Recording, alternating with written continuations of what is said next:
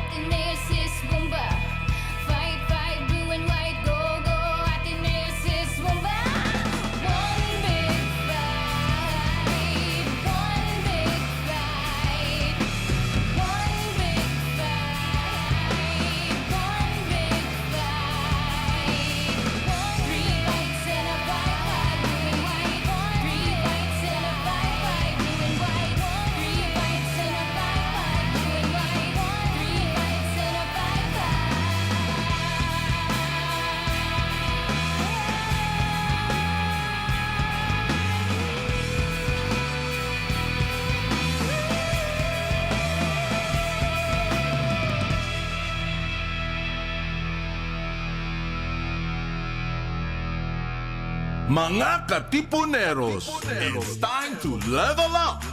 Your talk variety program showcasing the best in media and other fields. As we feature the most loved personalities and the best practices of what we truly refer to as Magis. Together with multi-awarded multimedia guru Mr. Noel Ferrer, let's all level up every Friday from 3 to 6 p.m. here on Radyo Katipunan, 87.9 FM. Radyo Katipunan is now online. See our live feed on facebook.com/Radyo Katipunan. Check out our Instagram and our Twitter at Radyo Katipunan and subscribe to our YouTube channel at Radyo Katipunan FM for more exclusive content. Coming up next, Level Up Exclusives on Radyo Katipunan 87.9 FM. 3 o'clock prayer. You died, Jesus, but the source of life flowed out for souls, and the ocean of mercy opened up for the whole world. O fountain of life, immeasurable divine mercy, cover the whole world and empty yourself out upon us. O blood and water, which flowed out from the heart of Jesus as a fountain of mercy for us, I trust in you. Holy God, holy mighty one, holy immortal one, have mercy on us and the whole world. Holy God, holy mighty one, holy immortal one, have mercy on us and the whole world. Holy God, holy mighty one, holy immortal one, have mercy on us and the whole world. Amen. Jesus, King of mercy, we trust in you. Huwag kang magulat kung sa darating na panahon ay ikaw din ang paratangan ng rebelde, anti-Espanyol, anti-Iglesia. Ang importante, gawin mo ang tama.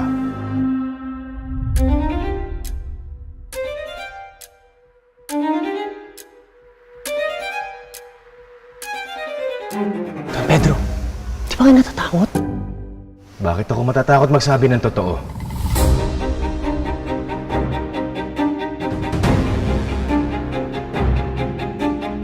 Hindi niyo ako pinakikinggan!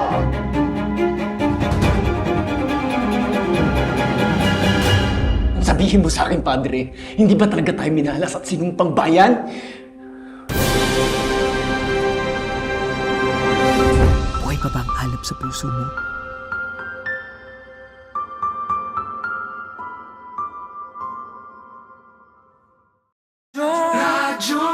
Radyo, Katipunan, Radyo, Katipunan, Radyo, Katipunan, Radyo, Katipunan, Radyo, Katipunan. Sa vlog Blue Eagle kami di mapipigil sa pagbabalitang tumpak at tama. Buhay at tenista, sa loob sa labas ng eskwela, ating ibibida lahat ng kwela. Radyo, Katipunan, Radyo, Katipunan, Radyo, Katipunan, Katipunan. Kawal ni Ignacio, Katipunero, sugod, todo sa kayon, tulong at tulong. Lipat na Blue Eagle, galing giting nagigil. Blue and white, one big fight. Radyo, Katipunan, Radyo, Katipunan, Katipunan,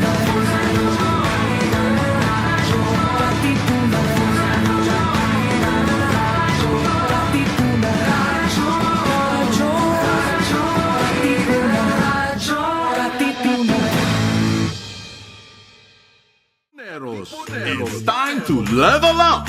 Your talk variety program showcasing the best in media and other fields.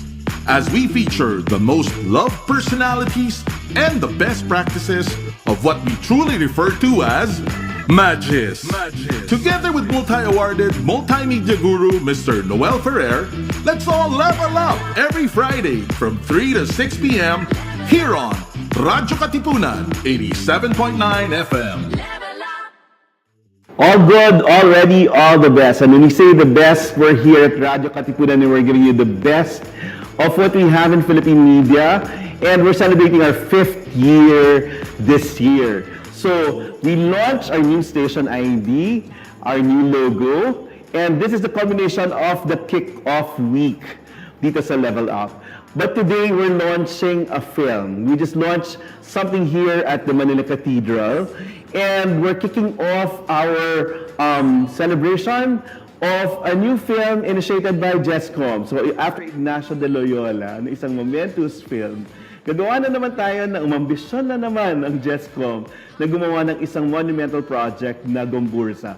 Another project of history na hindi madaling i-mount. So, marami hong gumagawa ng mga historical films ngayon at ang dami-dami ring mga issues na nirelease sa kanila. So, gusto natin malaman ngayon sa episode natin sa Level Up kung ano yung rigor, ano yung pinagdadaanan ng bawat isang gusto at nagnanais gumawa ng isang historical film. Hindi yung base sa ano lang ang narinig or interpretasyon or haka-haka na pwedeng mangyari. Kaya ito hong project na GomBurZa ay dumaan sa napakaraming proseso at napakaraming taon bago pa magpandemya. So, we now take a look at the process of this particular film at kung ano yung inabot na natin before sila eventually mag-shoot na before the end of the month. So, we'll start with the producer, the executive producer, si Pauline Mangilog Santarin, and we'll talk to the main actors, we talk to the cinematographer,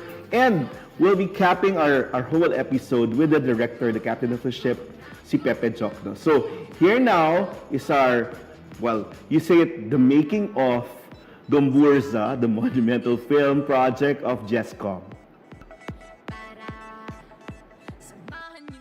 Okay, so we're here with the producer. Ang punong abala po ng produksong ito na it took ages to like produce. But then it's coming from a monumental Saint Ignatius or San Ignacio na pelikula. We have here Pauline Mangilog Santarin. Ma'am, hello. Direk, at ngayon ikaw yung punong abala.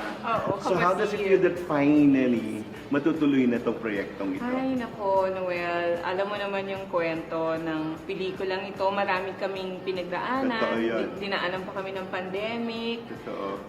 Pero finally, ito na. Totoo. Mag-shoot na kami in a few days, in a couple of days, and we're very excited. We believe that we've put together the perfect team for this. And so, we're raring to go. Magandang malaman ng mga tao yung proseso kasi hindi ho ganon kadali at kabilis at padalos-dalos gumawa ng isang historical film, di ba? So, research came about. So, tell us about the process briefly. Briefly, so, syempre, the idea came from Father Nono, our boss. And then when finally we said, sige, gagawin natin ito, dito na pumasok yung pagkuha ng writer. Totoo. We initially had Ian Victoriano as as our first initial writer, no? And then we had Roddy. On their own, they researched, grabing research ang ginawa nila. Nagbasa sila ng mga artikulo or papers ng aming main source. Correct. That So, would be primary source. Primary source is Father John Yes. Schumacher, SJ. So mula ito sa mga papel or mga sinulat niya na mga papers. Ang gandang i-underscore yan, Pauline, kasi parang sa paggawa ng isang historical film, hindi haka-haka, hindi interpretasyon, yung ano. Ang maganda ito, i-stress natin na paggawa ng historical film, may pag-iingat. Yes. At yun nga parang ang tema ngayon ng mga tao, historical revisionism, and we are like countering that, no? So sa bawat step ng production, you observe that. Of course, we also have, importante yun, kasi this is a historical film, therefore, kailangan factual tayo, Very or at good. least may record, no, Correct. ng mga pangyayari. And we also had to solicit the help of Father Rene Havellana, who's Correct. a historian. Historian, yes. And And you can corroborate from sources, Of course. other sources, no? So importante yun, na ang ipipresent namin ay tama o totoo. Yun. Tama, totoo. Pangatlong level, matapang. Why is it so important to do this film now? Ang GomBurZa last year ay nagdiwang, masasabi bang nagdiwang, hindi naman. Inalala natin ang ika-150th death anniversary nila, and this year is 156. So, bakit mahalaga ito? Kasi unti-unti nang nalilimutan sila. Correct. Pero hindi ng obviously ng mga historians, pero ng mga kabataan. Correct. And it's very important to show everyone what they stood for. Ano yung pinaglaban nila. Correct. At ang pinaglaban nila, kung paiikliin natin yung kwento, ay pagkakapantay-pantay. Correct. Equality ng mga Pilipino. Pagkakaroon ng sariling boses, Pagkakaroon ng pagiging Pilipino. Pilipino, yes. Merong kaming linya sa pelikula na Las Filipinas para Los Filipinos. Galing, no? Kailangan ulit-ulitin yan kasi kung minsan, oo nga, with the issues na nasa bansa natin at sa ibang bansa, no? Parang kailangan natin igiit yun. So, you're hopeful about this? You're starting shooting when? We're starting shooting on Feb 20. Okay. So we'll be away in the locations for like 15-20 days. So wish us luck. Only good things. Only Yes, good yes, things. Maraming salamat, Direk, producer, hyphenated, multi-hyphenated. Pag wala ng artista, siya na rin ang gaganap doon. Makikita niyo siya sa pelikula. Uulit-ulitin natin ito kasi we'll give them updates tungkol sa GomBurZa. Maraming salamat. To be able to get him to a set is something else. Kaya it's a breakthrough to have a fellow Atenean who's come back for this film for GESCOM, GomBurZa, Hall of Famer po, Carlo Mendoza. Carlo, maraming salamat for accepting the project. What made you say yes to this project? Well, first of all, kasi I have a personal relationship with Ate Paul. That's true. That's true. And you know, it's produced Oo by nga, probe team pa. I have to say that, no? Five and up. So, dun nang galing yan. Kasama nyo sina Atom at yung mga batang yan. So, and yun parang, no, lahat ng ganung magagandang relasyon nagsimula sa pagkabata, no? Yeah. And I was heavily influenced by sina Ate Paul. That's true. Producers That's true. Like, during that time, I dreamt of being behind the camera because of how they were working. I was really inspired. So, coming in, it's not about the money. Like probe team, Diyos ko po, ang sweldo nila, no? It's really not about us anymore, no? Parang it's really sharing a story. And it's a significant project. It is a significant project. And it's produced by GESCOM. Yeah, You nga. know, it's Ateneo. And I studied in Ateneo for 18 years. So it's kind of like full circle for me, you know, just even being at GESCOM during the meetings, you know, I The rigor, no? Iba. I mean, I dreamt of becoming a filmmaker when I was in Ateneo. Okay. You know? So, parang to be able to make this movie and be part of this journey, parang it's something else. Yan yung gusto kong tukuyin kasi we have to tell the people that it's not easy to come up with a historical film. A lot of people are producing those historical films now, no? But to corroborate with mga actual experiences and first-hand mga records is something else. So gaano kahalaga gumawa ng isang historical film? And what goes through that process, Carlo, man? Oh, wow. It's a lot, I think. Yeah. Script pa lang, you know, the Totoo. research. You know, the first draft that Sir Roddy wrote was like amazing. You know? When I first read it, I was like, oh, this is a mini-series. There's just so many things. At parang ikaw nag-aaral ka ulit. Di ba? Parang ang sarap. Ang sarap. Yes, yes, yes. And more than that, na-ignite ulit yung sa puso mo. Yung parang, oh nga pala, no, Pilipino ako. Di ba? Parang, and meron kasi yung feeling na sometimes yung mga Pilipino, we don't take pride in being Filipino. That's true. You know, after studying in LA, yung mga classmates ko, ng mga foreigners, then parang pansin ko, there's pride in being Chinese and being Polish, yung gano'n. Pero parang sa Filipinos, I hardly see this pride. That's true. That's true. And somehow this movie, somehow, sana, would make us realize how important it is to be Filipinos. How important is it for this story to be on the big screen? Oh man, sana talaga. I really, kasi my last film that I shot, 10 Little Mistresses, is straight to streaming. So there was only one screening nung premiere. For the premiere, yeah. It was nice, pero iba kasi yung feeling talaga ng cinema eh. So I really hope that this gets seen in the cinema. Na yung may diskuro sa pagkatapos so that people talk about it outside the theater and you see the reaction of the people, no? Kasi you're recreating something that transpired before. That's true. The lives of these people who influenced our national heroes. At experiential na, oo, maganda magbasa ng history, no? But it is not a replacement or substitute to like reading history, really. Yeah. Pero, it makes it more popular, no? Parang yun. Kaya di ba parang, I mean, ako, nung nag-aaral ako, pag nagbabasa talaga ako ng history books, para siyang movie. I really imagine the scene. So, to be able to do this and see these people come alive, parang, it would be very exciting. Nung binabasa mo yung script, Carlo, parang nakikita mo yung kahalagahan nito. Tapos it opens up a lot more questions. Did you ask those questions? What questions did you ask? Oh, wow. Kasi, you know, the script is very tricky. Yes. Because, you know, there are a lot of characters coming in and, you know, coming in, going out. So parang, how do you anchor it para maging easier for people to empathize with the characters? Correct. You know, syempre it's anchored after the experience of GomBurZa and specifically talaga kay Burgos. So I had a lot of questions kay Pepe. I ask a lot of questions when I read the script. My script is like sobrang daming mga notes because I always ask what the character is feeling in every scene. Diba? Kasi, Burgos talagang intellectual. Kailangan kasi because what you put on the screen is not what is happening, but what they are actually feeling at those moments. That's nice. So, sa design mo din, sa magiging structure ng pagkuha mo ng composition mo and all, iniisip mo kung paano tatawid sa mga tao. Yes. Tsaka kung ano yung journey. So parang I had to, talagang pinag-usapan talaga namin ni Pepe, parang ano ba talaga yung journey nito? Correct.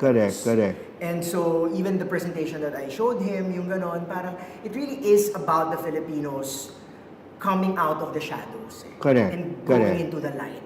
Correct. And embracing themselves as Filipinos. And we have to make them understand na, ayun na, the collaborative process. So, ganun ka-tight yung kanya. Oh, yun. Galing. Nagtatalo kayo? Hindi. Okay. Kasi I've worked with Pepe, and Pepe's Okay. a very nice person. Yes, and also yes, parang, yes.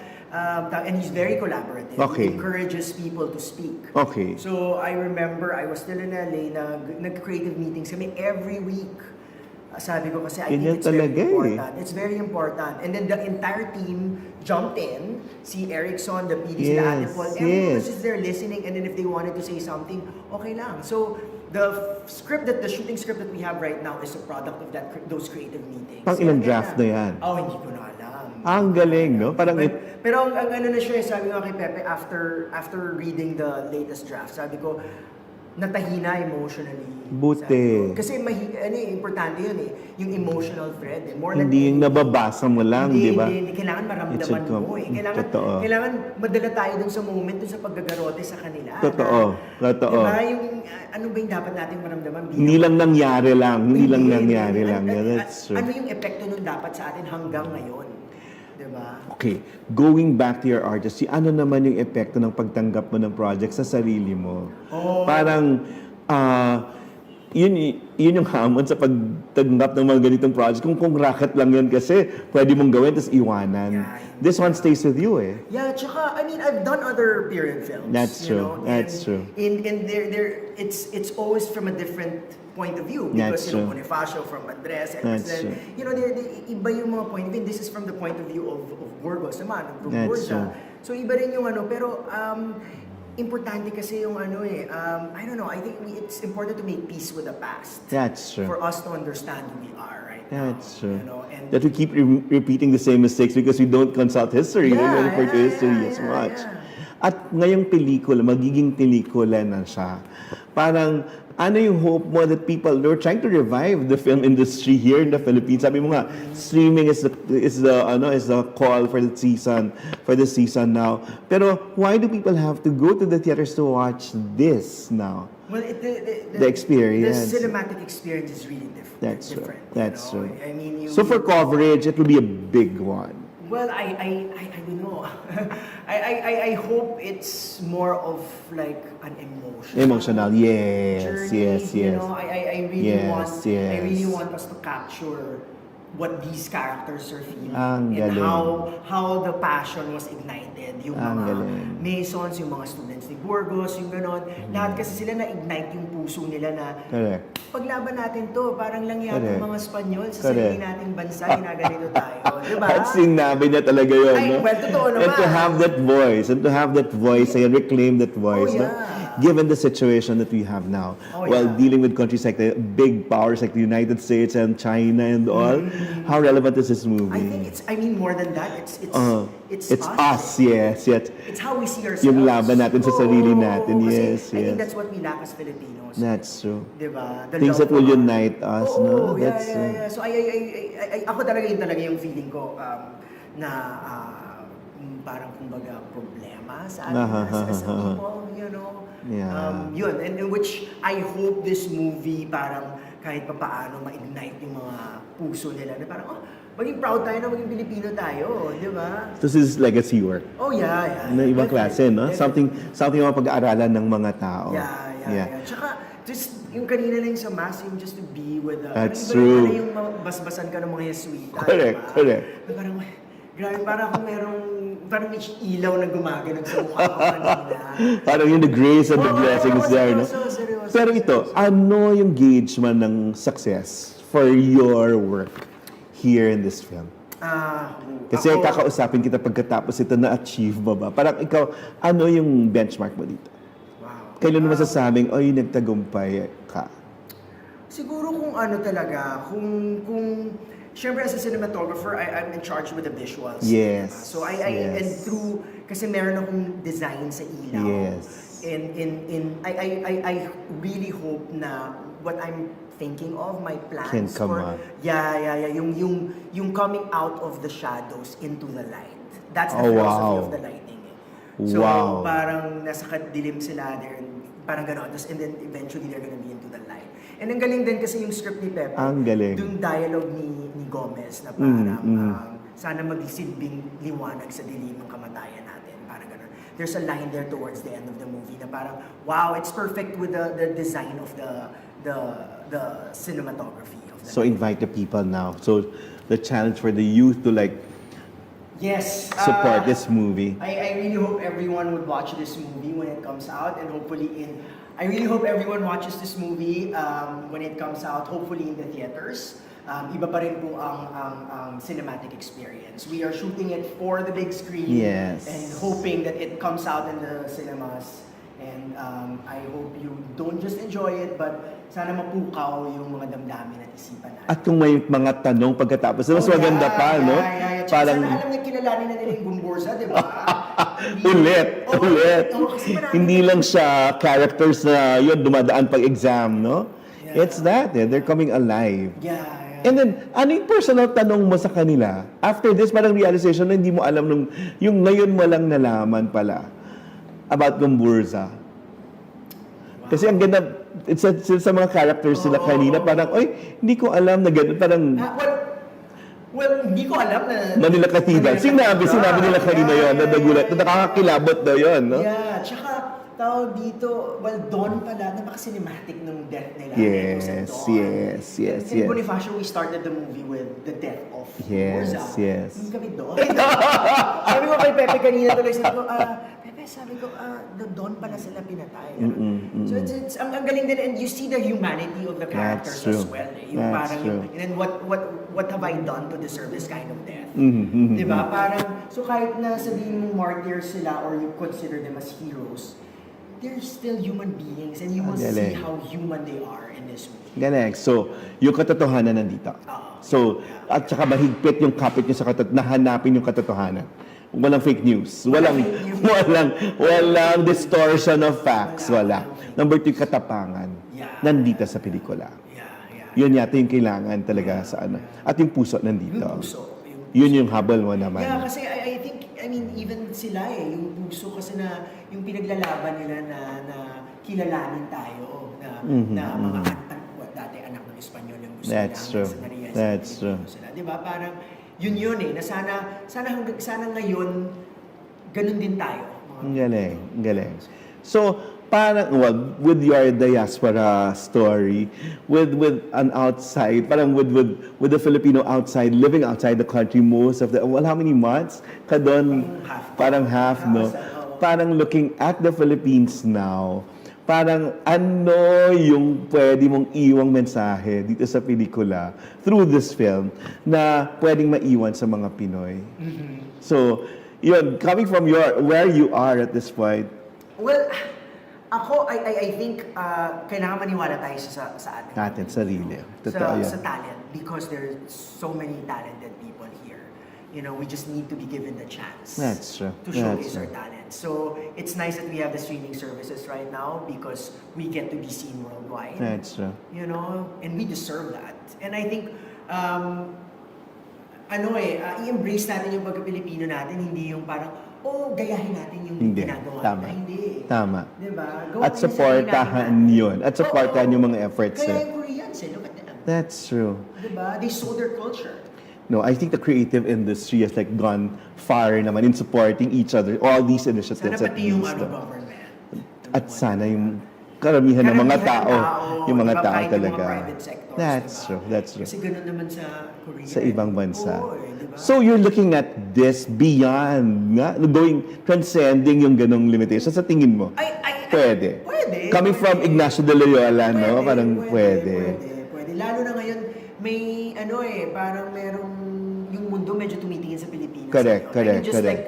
Just because, si Galing. Diba? Ang galing. Galing. May, tapos may mga filmmakers na nakakapunta ng mga Ang galing. So, there's hope, and I really hope na mapanood tayo. Pero syempre sa Pilipinas muna. Pero thank you for doing this. At ulit, thank you for doing this. It's heroic that you're doing this. I'm excited. No, very excited. And then, ang personal statement ay, you make us proud. Thank you for always making us proud. And thank you for coming back and doing this. Salamat. Good evening.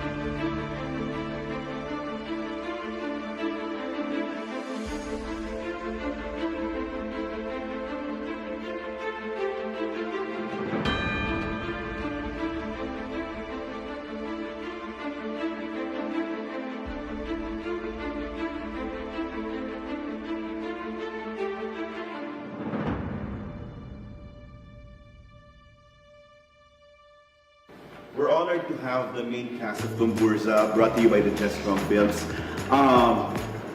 Ibang klase yung honor na kasama, lalo na ang pinagpipitaganan natin, Tito Dante Rivero. Tito Dante, what made you accept this project?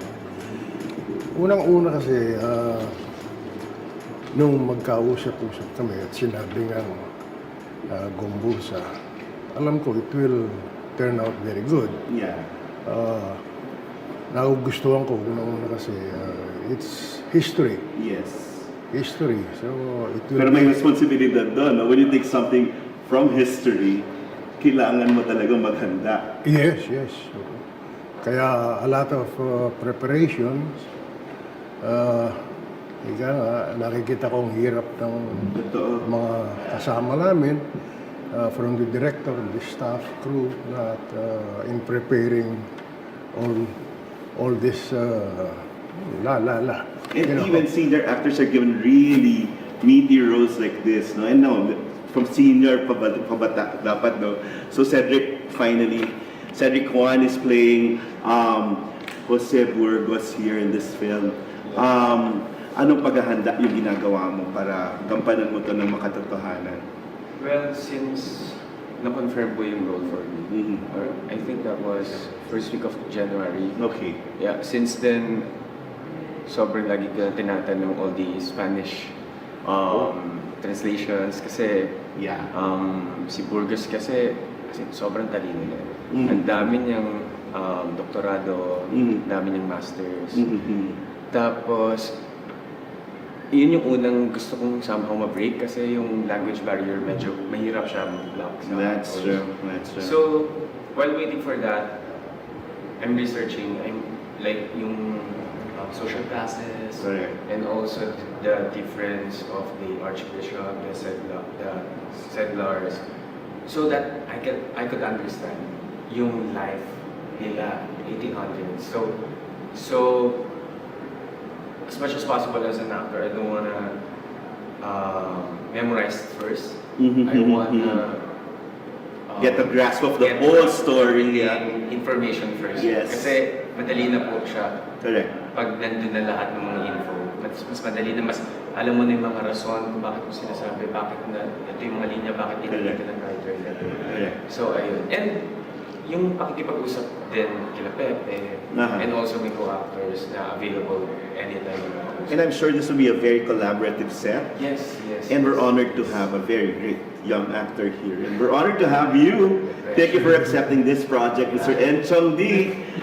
You've been so brave in taking roles these days, and I'm proud of you. Jacinto Zamora, ano yung mga bagong nakita mo dun sa character ni Jacinto Zamora na ipoportray mo dito? Kasi di ba, we've read those history dun sa pag-aaral natin. Pero ngayon, parang ano yung tumimok sa'yo? I think the biggest challenge for me is when I was studying, parang isang chapter lang ng pag-aaral ng buong Philippine history. Isang chapter lang yung GomBurZa. When in fact, isa sila sa mga dahilan kung bakit nagsimula, nag-ignite sa maraming Pilipino yung revolution. Diba? The reason why we have this freedom today is because of the people that sacrificed their lives. And bakit hindi natin, ako, even as someone that I love history, I love reading about Philippine politics, pero every time that I'm with these people, with these production people, ang dami ko pa rin natututunan. Ngayon ko lang nalaman na si GomBurZa at si Zamora ay naging pari pala dito sa Intramuros sa Manila Cathedral. Which na parang kanina habang sinasabi nung parang kinikilabutan ako. Kaya sabi ko, they actually walk, breathe, and talk in this very church. Diba? At ang sarap ng pakiramdam. At yung pinaglalaban pa rin natin ngayon. So, dito natin, now with the company of this group, no? Ano yung responsibilidad natin in like showing this historical film ngayong panahong ito? Parang ano yung responsibilidad natin sa mga tao? Well, ang magiging responsibilidad namin, palagi ko, is to be much better, to do good, na ibigay mo na lahat yung acting mo. Pag-aralan mo yung role mo, just be in character, para pag nasa set ka na, hindi ka na acting. Sabihin, I'm Father Gomez. Siya si Father Burgos. And how different are you from Father Gomez? Ano yung similarities at differences dun sa I guess, first thing is the age, Okay. I am more matured. That's true. So, more knowledge, perhaps. Okay. Diba? So, siguro kung merong mga difficulties man, approach nila ako, being the eldest of the group. Yung ibig sabihin. But would you do it for the country? Yes. What they did before? You're ready to do that. Cedric, sa'yo, anong challenge sa'yo with your role as Jose Burgos? Parang gaano ka kaiba dun sa character na pinaplay mo or gaano ka kapareho? I think ang pinaka-naging challenging sa kanya, more than the Philippine Revolution, yung pinaglalaban nila, which is secularization of the church. So, yung identification. So, yung pag-identify ng sarili mo na wala siya dati. So, I have to crack it na larger than life siya. Na hindi akala na before na parang it's all about church, pero hindi pa lang, lalim pa rin. Pagka-Pilipino. For me, ang pinaka-challenge talaga dito yung deep research na hindi sila fictional character. So, you can overdo things. Kailangan siya somehow may range lang din na you can work. Nandun lang siya. Like, ang hirap. Ako, yung pressure din nandun. Parang you can do your choices dahil yun yung napili mo. Pero kailangan siyang gawin kasi naka-base siya sa research. But at the end of the day, I want them to see us humans. Totoo. People can identify with, no? The great character. Jacinto Zamora, gaano ka kaiba or kapareho dun sa character na pinaplay mo yan siya? I think when we had our look test, a little bit of story of Zamora was given to me. And sadly, he was persecuted because of injustice. And let's be honest, I went through that, going through that. I am also very much connected to that kind of stages of grief. Yeah, it's true. So, ang sarap kasi parang binigyan ako ng pagkakataon na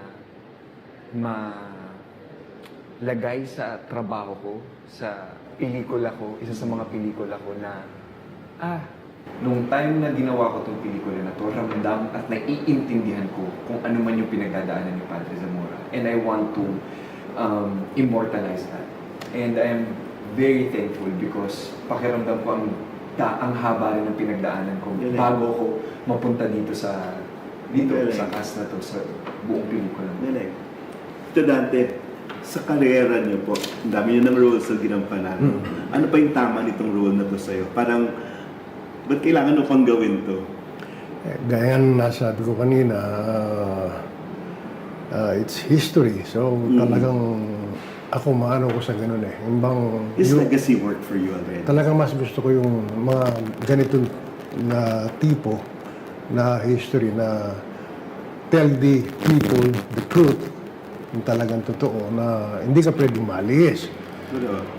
Yun ang, kaya mas gusto ko eh. Yung bang, hindi ka magtatago. Totoo. This is me. Ito, sarap lang pinag-aaralan ka, no? Diba? Parang this is really legacy. At saka magandang, palagay ko, maganda rin makita ng mga, especially the younger generations. Di ba? Na makita nila, na ganito pala nangyari talaga. Ibig sabihin, wala ang itatago. That's true. So, matututo yung mga younger generations. Nice call. And you said it, no? You've done a range from theater, range of roles, no? So, as an artist at this point, how significant is this to your person? To me? Yeah. Kasi hindi lang to role. May challenge sa'yo sa pagiging tao mo, pagiging artist. Actually, kanina po, while praying, parang sabi ko, ayoko siya isipin dahil ako. Ayoko siya isipin like, for career. Gusto ko siya mas isipin for like representation. And gusto ko siya isipin na mas maalala sila ulit. Kasi alam natin na sabi nga dito natin, yung younger generation. Totoo. Marami na hindi na sila pito. Ano yung tama nito sa'yo? Mabait ka ba? Natapang ka? Mabait. Mabait ako pero ipinagalabang ko alin tama.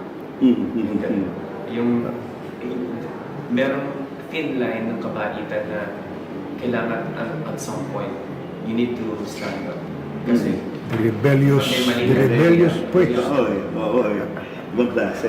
And so in your span of your life and your career, how significant is this now? Why are you doing this now? There's got to be that reason. What's your personal statement in doing this? Naalala ko nasa probinsya ako, nag-aaral ako ng elementary. Tapos lumabas yung pelikula ni Cesar Montano, yung Dr. Jose Rizal. And sabi ko, mas naiintindihan ko yung bayani natin. Mas nagkaroon ako ng respeto doon sa pinaglalaban nating kalayaan. So sabi ko, if one day I'll be able to influence or even in a position to make changes, to have that power to make changes, I think it will be a sin not to be in that position to influence and to have clarification and clear understanding of who our heroes are at anong pinaglalaban nila at hanggang ngayon pinaglalaban natin. Diba? So sabi ko, gusto kong ilapit din, I'm sure kami, yun yung nararamdaman namin. One way or another, ilalapit natin ito sa mga estudyante para mas maintindihan kung ano man yung mga national, kung sino yung mga national heroes natin. And it's an honor. Kaya nga lagi kanina sabi mo sa akin ng pagkakita mo, thank you dahil tinanggap mo to. No, I'm very honored na nandito ako ngayon sa posisyon na to. And this is legacy work din yung pag-aaralan tayo, pag-aaralan itong gagawin nyo. And at sa proseso, parang nag-aaral din kayo din. No? So, we never stop learning. Tito natin now, you said it, no? It's really dedicated to the youth. We're not forgetting history. We do the same mistakes because we forget history. And may ginawa na sila eh. Pwedeng sundan na lang yun mga yun. Ano yung panawagan nyo sa kanila para, well, abangan ng pelikula and continue, no? Studying history. ang may ano ko sana sa kanila, it's better to see it from the beginning. Para hindi mahirap kasi papasok sila nasa gitna ng istorya. Hindi nila malalaman kung ano kagaya itong dalawang kaibigan kong pare na bakit anong paglalaban niyo, anong gusto ninyo. So it's better to start from the beginning. Mas ma-feel nila yung flow ng buhay nila. The real Father Gomez, Burgos, and Zamora. And start from the beginning and then continue their fight. Yes. Yeah. Well, Cedric, ikaw, what can you tell your generation, the viewers, para abangan itong pelikula nito? Siguro po, yung lesson na parang yung history hindi naman nandyan yan para baguhin natin. Nandyan yung history para matuto tayo and let's do something about it on the present time and future. So, kailangan natin matuto from the history. So, kailangan siyang abangan dahil para mas makilala natin. Ano ba yung pinaglaban nila at ano yung kinahuntungan nila. Yun, kasi identity siya ng mga Pilipino na nung una akala natin ay hindi. Akala natin mga segunda klase tayo. So, hindi natin, actually, during that time, wala talagang Filipino. So, ayun. Yun yung pinaglaban nila. Yun yung pinaglaban. Actually, yung boses secondary, mas lumaki na po yun talaga na, mas malaki pa pala siya. That's true. Yes, That's true. yes. Yun po. At tuloy sa pag-aaral ng history. Thank you for being part of this historical project. And so, invite your generation, your peers, even the younger ones who want to study history more. Gusto ko lang imbitahan kayo na as early as now na mapanood itong pelikulang GomBurZa kasama si Tito Dante, kasama ang bago kong kaibigan na pareho ko yung damit. You got the memo. You got the memo. Yeah. Yun lang, gusto ko lang sabihin na siguro responsibilidad din natin to, bigyan natin ng konting oras itong pelikulang to at sana pag-aralan natin kung sino-sino pa yung mga sumunod na bayani after the GomBurZa. So, yun lang po. Sa ngayon, napakaaga pa para sabihin kung ano yung laman ng pelikula, pero pinapangako po namin na ibibigay namin kung ano man yung meron kami, lahat ng kakayanan namin na meron kami bilang artista para magbigay ng ilaw sa naging buhay ni Padre Gomez, Padre Burgos, at Padre Zamora. Yun nga, palagi tayo bumabalik sa bakit yung ginagawa ito nung nasagot yun ng maayos at para kanino. At yung para kanino natin lagpas sa sarili. Yes. So it makes it so worthwhile because it's not for you. Not for fame, not for money, but we're giving it to them as a legacy work. Maraming salamat sa kabayanihan ito at sama-sama tayo. Ipakita yan yung katotohanan, yung katapangan, yung pagkasarili natin. Yung pagka-Pilipino. Maraming salamat. I'm excited with the final product, but enjoy the process. Yes. Enjoy the process. Okay. For this very important project of the GESCOM, it needed a very important director.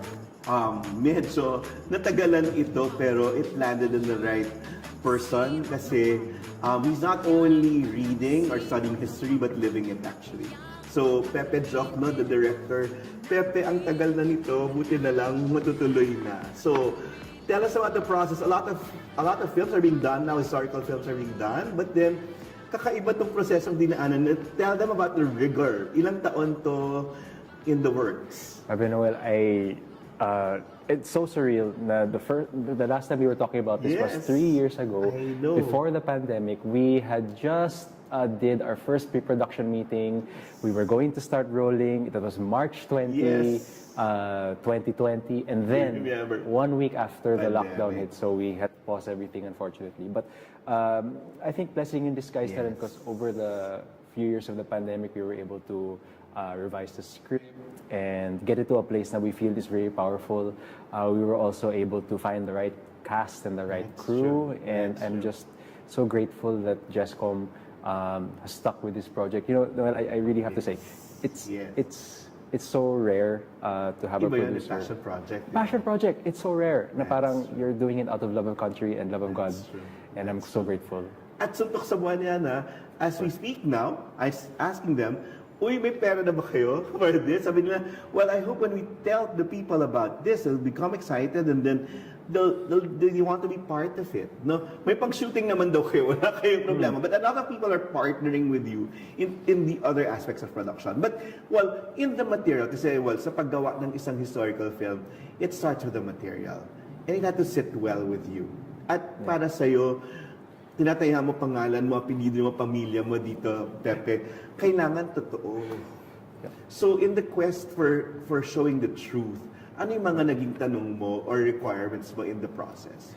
Well, number one was really figuring out ano yung significance ng kwento ng Tatlong Pare to today's audiences. And why now? And why now? Yeah, and why now? Yeah. And over the the course of the research, we realized na napaka-powerful nga ng kwento nila because many people don't realize this, but the term Filipino actually began in the secularization movement which GomBurZa symbolized. So it started with the priests, the native-born priests, and then it spread to different sectors of society, yung mga ilustrados, eventually the revolution.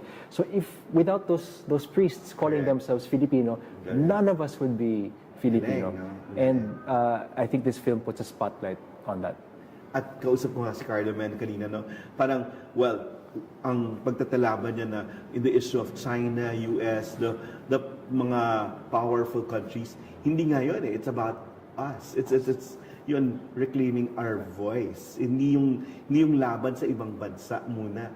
Kung di ngayon, significant yan because you're actually going back to yung pagka-Pilipino. So, how important was it for you? Yung parang, ako, yung significance ng film, I cannot overstress it, pero parang, ano yung gusto mong tumawid na message, lalo na sa mga hindi inclined magbasa ng history? Or yung mga bata na parang nakalimutan na yung GomBurZa? You know, Noel, when you go to the National Museum and there you have this giant gallery of paintings about the Filipino story, sa gitna ng gallery na yun is GomBurZa. And you have to wonder why.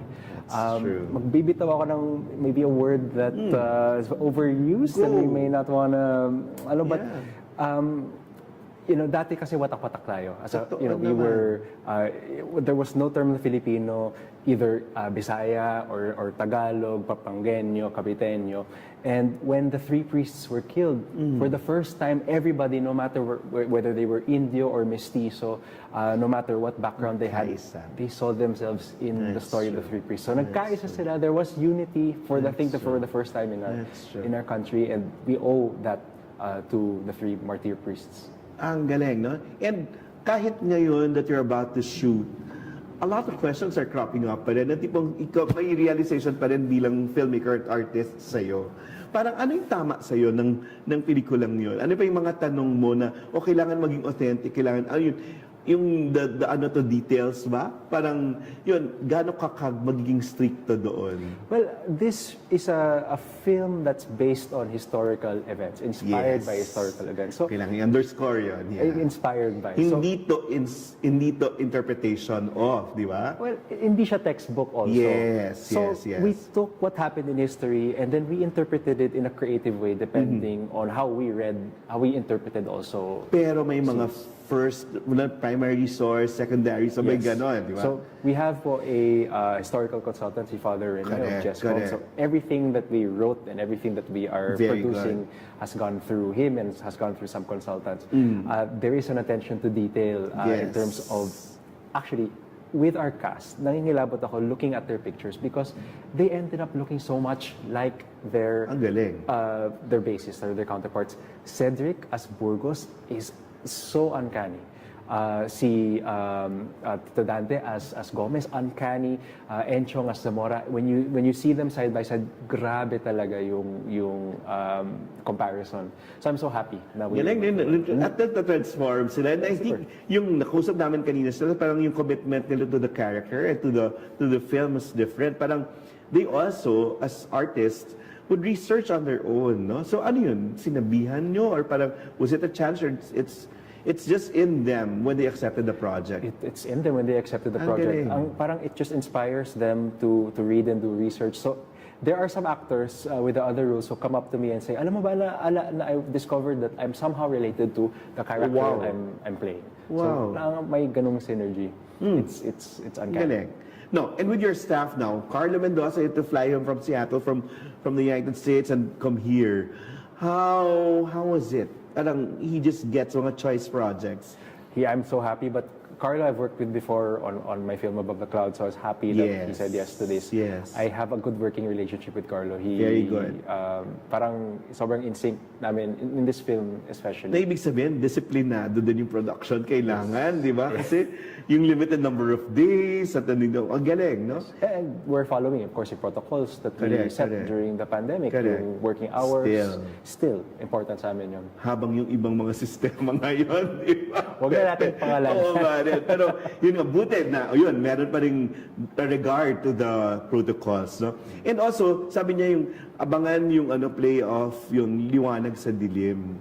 So may ganun na the darkness to light, the hope and the so kasi kahit yon pinag-usapan kasama sa design. But actually, yung line na liwanag sa dilim was in the script even before 2019. Ang galing. Kasi ang context nun is merong governor generals who talagang were like dictators in our country. Even the friars sort of had this friartocracy and very yung kapit nila sa bawat sector ng society napaka-heavy. And in all that darkness, all of that limitations, these three priests, I think, really served as a light. It started out as a small light and then spread out. Si Jose Rizal in El Fili, he dedicated his book to GomBurZa. Ang sabi niya, GomBurZa awoken my imagination. So, kay Rizal talaga naging malaking apoy yung inspiration that came from the priests. But with the priests, it started out as a small fire and it ended up, defining the country that we are today. So, they talked about the script, we talked to the actors, we talked to the cinematographer, the design. Kumusta yung kay production design, Erickson? So, I've always wanted to work with Erickson Navarro. He is one of my favorite production designers. Napaka-meticulous. And yung attention to detail with the costumes. As I mentioned a while ago, the first time I saw the actors in costume, I got goosebumps. Really got so excited. So hindi siya Batista solo or parang galing sa department store na parang costume pag sumasayaw ka or field day demonstration. Hindi. No, not at all. Some of the costumes pinagawa pa talaga, pina-age. Okay. And parang totoo. Parang totoong yung ginagamit nila during that time. But with Erickson, I'm also so happy kasi nag-align talaga. We had so many meetings, me, Erickson, and Carlo, kasi and Paul, creative Oo, meetings. Doon namin talagang dinecide kung ano yung gusto nating sabihin through the project. And so may mga linagay si Erickson na mga metaphors in his design that I was so happy. So, touches of yung talaga totoo, we need to performance, parang gano'n, no? Based siya sa totoo and then we sort of have a little twist so that audiences today will find it interesting also. Since you're the director, kukumpasan mo lahat, pati music, kumusta ang music design? Well, how do you envision it to be? Well, I think inspired by the music at the time and something very Filipino. But wala pa kaming musical scorer, I think, to follow na yun after we've... But how do you see this now? Parang in terms of like music and sound? I see it as... Alam mo kasi may journey siya yung pelikula. Meron siyang mga matahimik na moments. And then it has some very big moments also. We have lalo na yung pagkapatay. Pagkapatay is one, but we also have the Cavite Mutiny, where the Filipino soldiers overtook Fort San Felipe and Cavite. So may mga big scenes kami. So I think the music is also going to exciting. Editing will be done by Ben Tolentino. Okay, at least based here already. Ben, thank you for coming here. Super. And yun, isang batang editor na access a lot of passion, really good passion projects. Actors, na-announce na kanina, but we have to tell them about, aside from the three actors, you have Piolo Pascual in the film. Paano nangyari yun? I'm so happy. Piolo was one of the first actors who said yes to this. Now, he is playing Father Pedro Pelaez. Galing, Father Pedro Pelaez is, I think, one of the unsung heroes in history. You don't really hear his name much, pero siya ang mentor ni Burgos. And Burgos was the mentor of Pasiano. Pasiano, of course, brought it down to Jose Rizal. But I think that the father of the tree is Father Pedro Pelaez. Correct. Sa kanya, I think he was the first really to use the term Filipino. Very dahil good. Criollo siya. And the original Father Pedro Pelaez, I think, has very strong features. Very handsome if you look at his photos. And, so of course, Piolo's very... Paano yun? So dito siya isi-shoot sa cathedral? We're shooting in Quezon. No, si Papa P. Quezon. Sa Quezon siya. Pero yung pagkamatay kasi nakakaiba. Yes. You know, yun nga, parang oftentimes sinasabi na medyo malas tayo in history. That the people who should be leading us ay sometimes nangyayari. May nangyayari sa kanila. And Father Pedro Pelaez is one of those. He unfortunately, it's history, but he was killed when this very cathedral gumuho during a kaabang-abang rin yan. Papakita niyo yun. So, who else is in the cast na parang para mapagsama-sama mo yung ensemble na yan, kakaiba rin.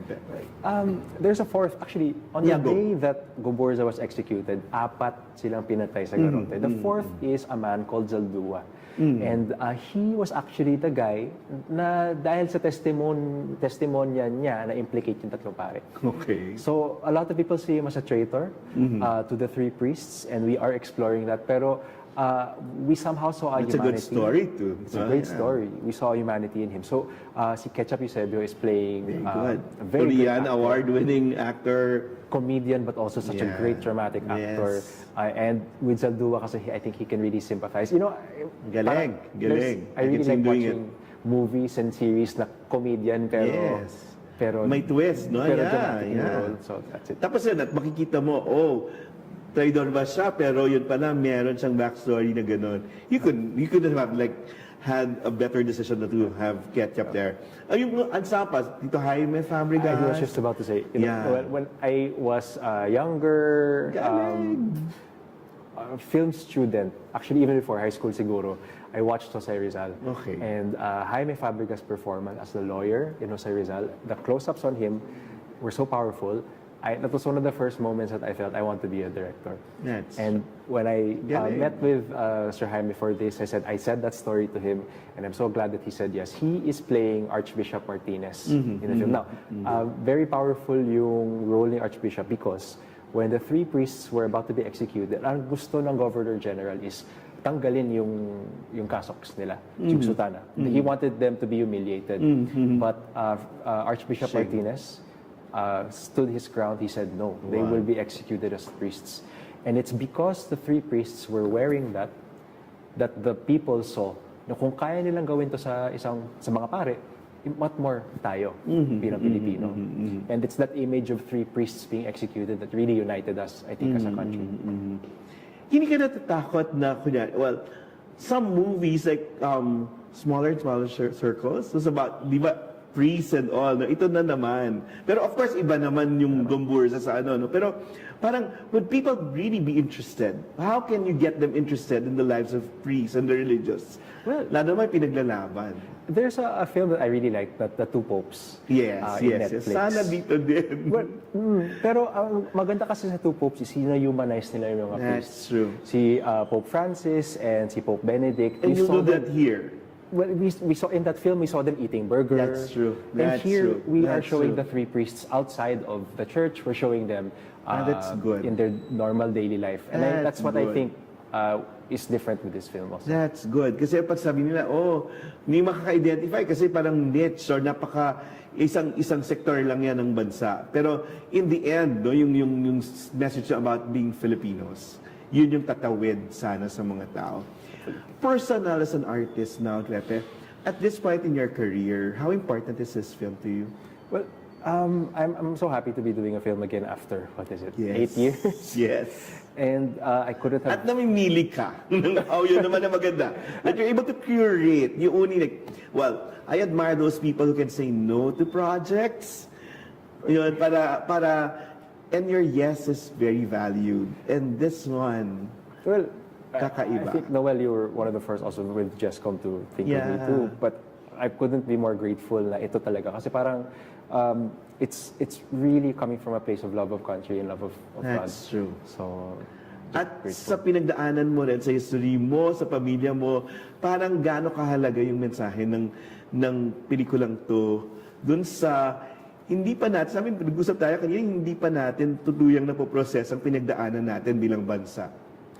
Yun nga eh. You know, yung kwento ng tatlong pare is a story, I think, of failure. They were killed.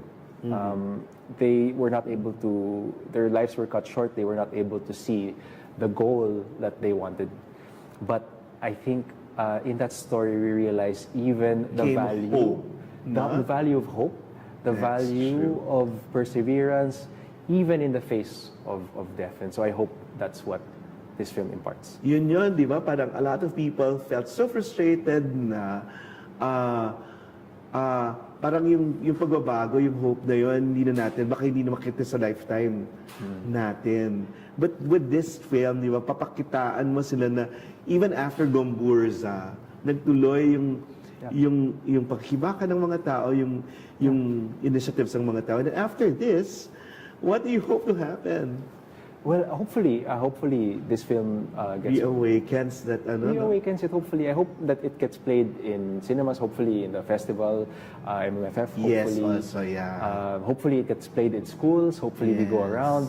Hopefully, it goes around the world, either through streaming or in festivals. I just really am proud of this as a Filipino story, and I hope that it catches on. Very good.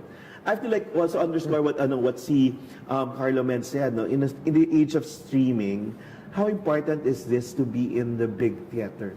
To be appreciated in the big theater? Iba siya. I think you'll appreciate it in streaming, but in the big theater, when you're able to see it, you know, in a huge scale with the correct colors and nice sound. And the discourse after, no? Yung pag-usapan after. Yes. Yun. I think sana mapanood pa siya in movie houses. But I have to say na in the age of streaming, we're also making a film that I think will resonate with viewers kahit sa platform ilagay. Dahil ano siya, number one, very human story. That's true. Number two, totoong tao ang mga to. And then number three, I think that we have a variety of, at moments it's light, at moments it's action packed. So I think it will really hopefully. And let's underscore those words. So number one, katotohanan. When you do a historical film, it has to be right, true, no? Yes. So nandito to. Yung tapang nandito. Yes. It's what we need at this time.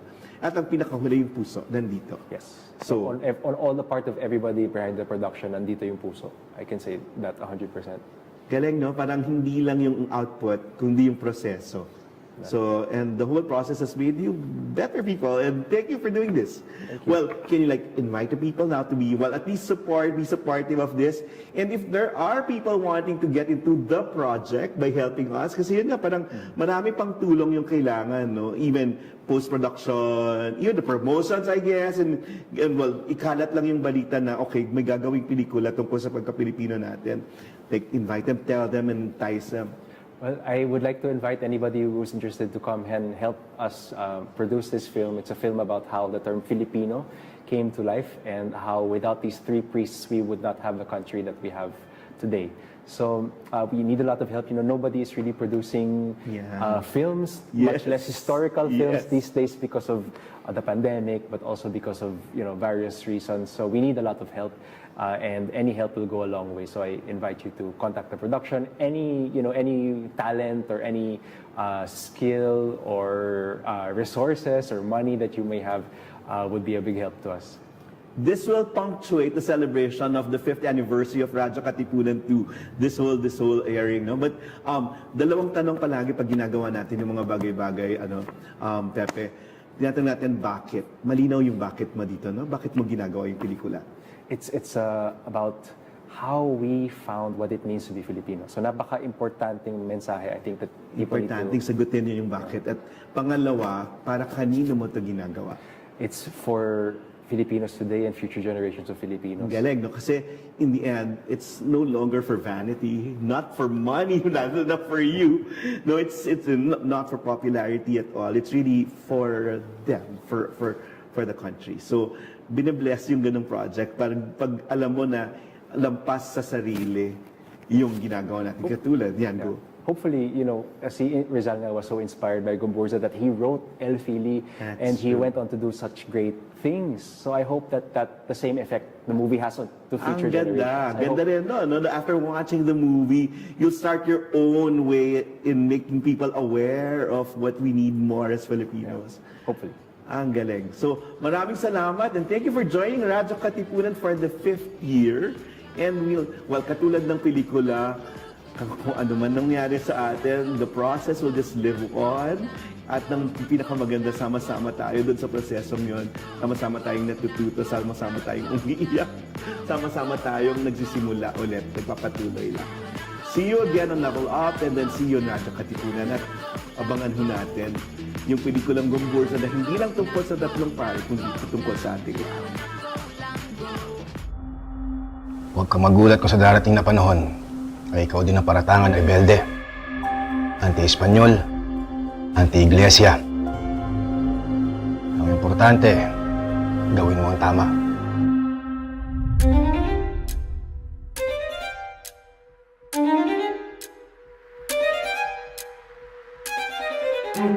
Pedro, di ba kayo natatakot?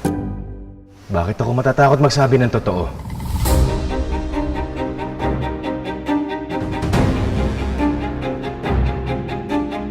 Hindi niyo ako pinatitinggan!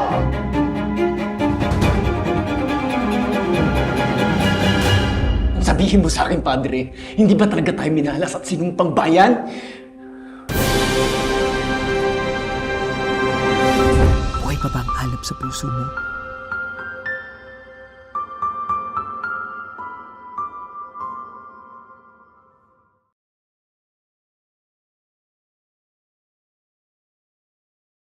Mga Katipuneros, it's time to level up! Your talk variety program showcasing the best in media and other fields. As we feature the most loved personalities and the best practices of what we truly refer to as Magis. Together with multi-awarded multimedia guru Mr. Noel Ferrer, let's all level up every Friday from 3 to 6 p.m. here on Radyo Katipunan 87.9 FM. Radyo